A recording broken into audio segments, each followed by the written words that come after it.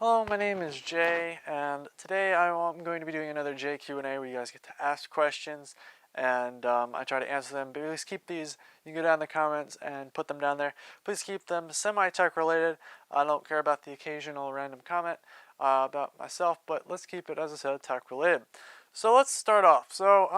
First question we have is from Zach Beck, and he says, what would be the components of a new system if you could build one that's pretty sick? Let's do it if prices were normalized and not insane, just for kicks.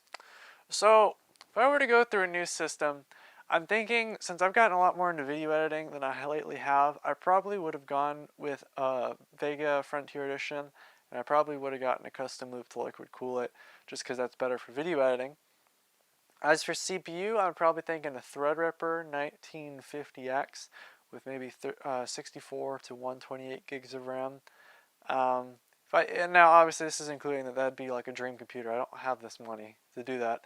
Let's see what else. I would probably say I'd probably need some bigger hard drives. I'd probably go with maybe like something like 30 terabytes because 4K does use a lot. And then power supply and all that stuff is just whatever's cheapest probably. The biggest thing though is, I mean, I'm pretty happy with the system I have now. It's just there's no more RAM slots, and that's the biggest thing that's holding me back there. I would get more RAM. I just don't have any more RAM slots. And yeah, I think I'd probably liquid cool it, get a custom loop. That'd be the next thing I'd go up and do. But yeah, that's what I would definitely say there. So let's see what else we got next. What do you think is the best computer for Minecraft gaming? And this is of course from Plish the Fish. Honestly, man, it's been a while since I played Minecraft. And I would assume that it's probably the same as it was when I played it, which just means that it's horribly optimized, and no matter what you play, it's really not going to make a difference. I think the biggest thing, if you want a good best computer from like price to performance standpoint, I mean that $75 PC I did played Minecraft as well as the one back here. So I mean that shows an example. I mean just making sure you get a computer with a good graphics card so you can mod it, get some nice graphics going and things like that. And I think that'd be awesome. Okay, next from Marco Huerta. He says 1080p or 1080 Ultra versus 1440p medium, or 1080p 120 hertz versus 1440p 60 hertz. That's a really difficult question. I'm thinking I prefer, so the first one I'd say 1080 Ultra or 1080p medium.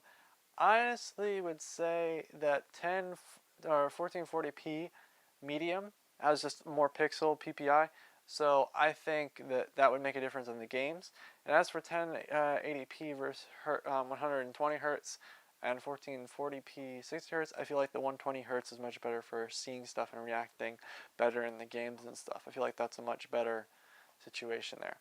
Okay, let's see, what else do we got next? Let's see. Can I use two 1080 Ti's with SLI config? My motherboard supports it. I cannot afford a card because, well, I just can't do game. I do not game just 4K video.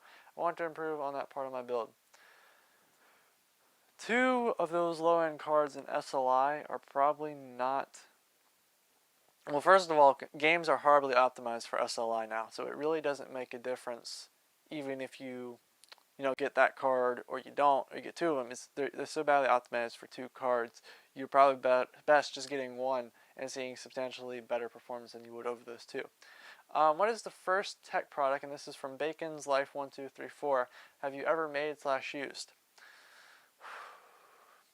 So when I was younger, I had a Lenovo laptop. That was my very first computer. I got that when I was maybe 8 or 9. It was a little laptop, and of course I fried it. I don't know, I might have gotten a virus on it. I have no idea what happened to it, but it just died one day, which I think might have been hard drive or something. I have no idea what happened to it, but it just died, and we didn't know what to do at the time, and I'm pretty sure I could have fixed it had I still had it, but it just died, and that was pretty much the end of it. And so I ended up, of course, my parents back at the time thought that MacBooks were the thing, and so we got some of them, and I was stuck in that hole for a couple of years. So those are dark ages, let's not talk about that. So the next question is from the Gaming Army, and he says, is it possible to overclock RAM speeds?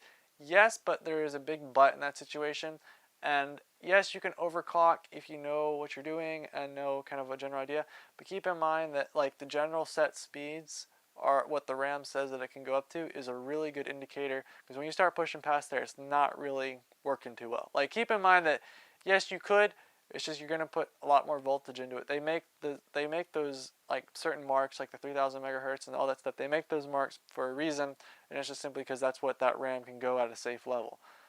Okay. Is it possible? Let's see. And I think that wraps up for today. So that's, of course, you're interested in commenting something, make sure you go down in the description and, comment something, comment a question, things like that. And of course, hope to see you around. And of course, if you want to stick around in the next one of these, I have no idea when I'm going to set a designated schedule. I'm just trying to spread them out a little bit so we get a little bit more popularity, let people kind of comment and get a couple more comments on there. But you're welcome to go put that down in the comments. And of course, hope to see you around. Thank you for watching, and goodbye.